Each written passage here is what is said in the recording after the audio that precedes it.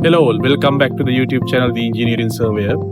Today we are going to see how to find an area using the total station. Usually a rectangular area like this pond or somewhere else, a building can be easily measured using a tape, right? If it is a rectangular building or a square building, we can get the length and the breadth and easily find the area.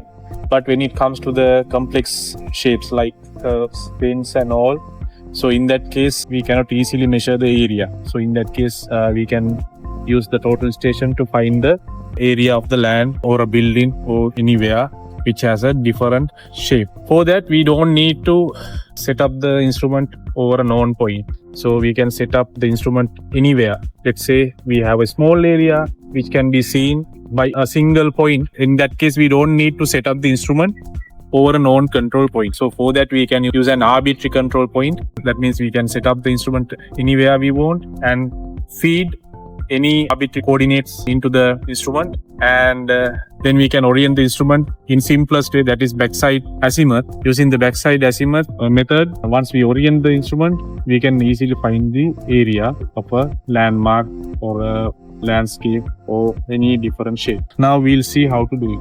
I have set up the instrument at a place which is unknown. It doesn't have any known data here.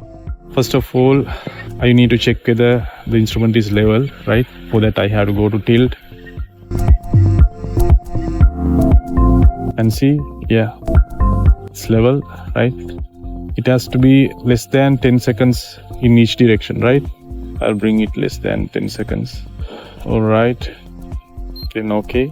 Then what we have to do is we have to orient the instrument. Before that, go and see the EDM settings, find average, yeah, prism. So prism means that we are using a pole prism, right? Or we call it pole prism or prism pole, right? Both are correct. This is the pole prism. We can adjust this prism to any height we want, right?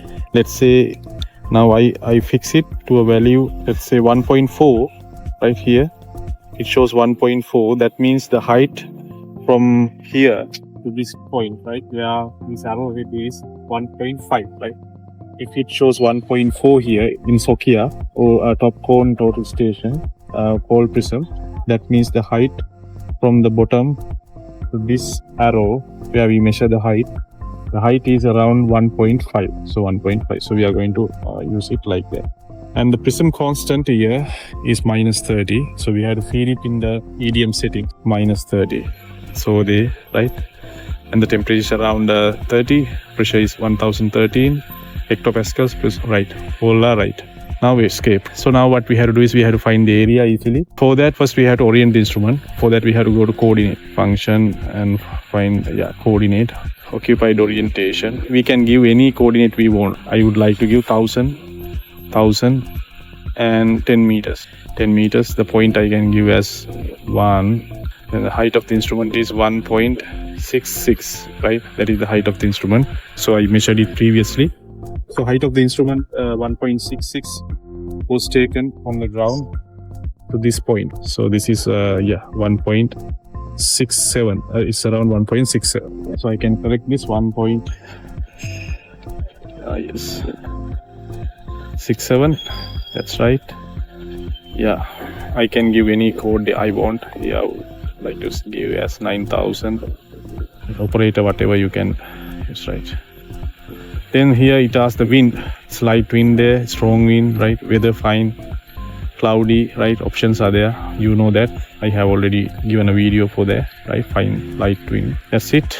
Then backside azimuth. So after all, the easiest way of doing the orientation is backside azimuth. That means we assume a north and turn it to the north. Let's say the direction I have turned here, this is the north, and then I just clamp the horizontal rotation and I go to backside azimuth and I consider this is north and give 0 for the north direction. Now the instrument has been oriented, right? This is 1010 and this is north. So with respect to this point coordinate plus that arbitrary direction north, it can give the coordinates of any point. So once we have oriented the instrument, now next thing is we have to find the area. Use the function button and see whether we find it.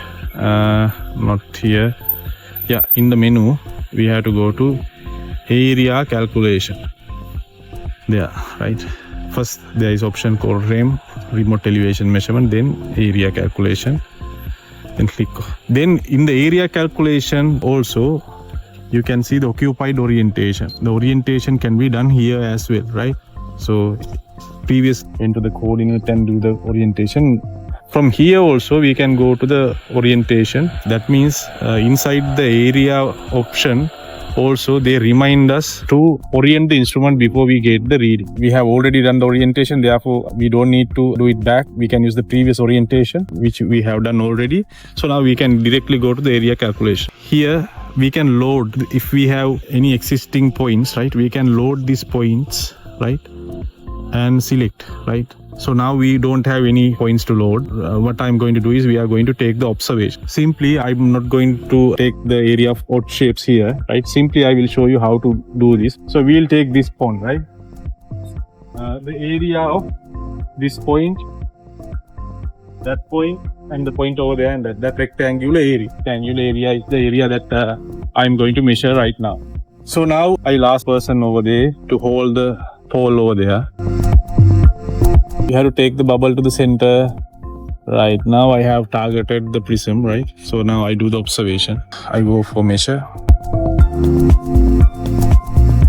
Right, it gives a value is set like this, and I have to record. Height of the pole is 1.5. The point number is 322. I have to remember the 322, right? That is the point number. I'll write it somewhere else. Point number 322. Then click OK, right? Now that is the first point recorded here for area calculation. For area calculation, we have to have minimum 3 points, because if we have 2 points, that's a line. 3 points, then it gives an area. Now first point is done. You have to go to the next point.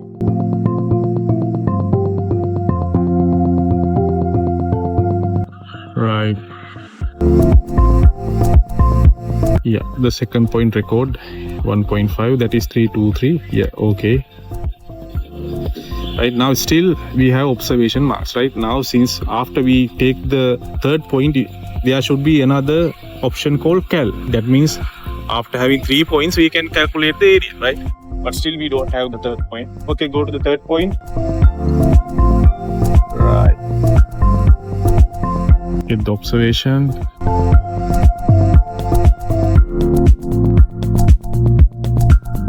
Yeah, record 324. Yes, okay. Now you see there's an option called cal, right? So now we can calculate the area if you want, but we get the area of a triangle, but we need to take the area of that rectangle. Move to the next point, please. So we'll have the fourth point and get the area, right?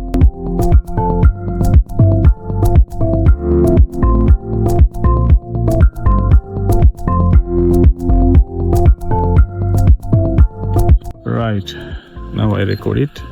Yeah, now fourth point is all right. 322, 323, 324, 325. 4 points are there. Now I'm going to calculate the area. The area comes in square meters, 16.206 square meters, right? And hectares also there, 0.0016 hectares, right? So that's the area. So we can record if you want, right? That's how we find an area using the total station. Thank you very much for watching. Stay tuned to the Engineering Surveyor for more videos on total station tools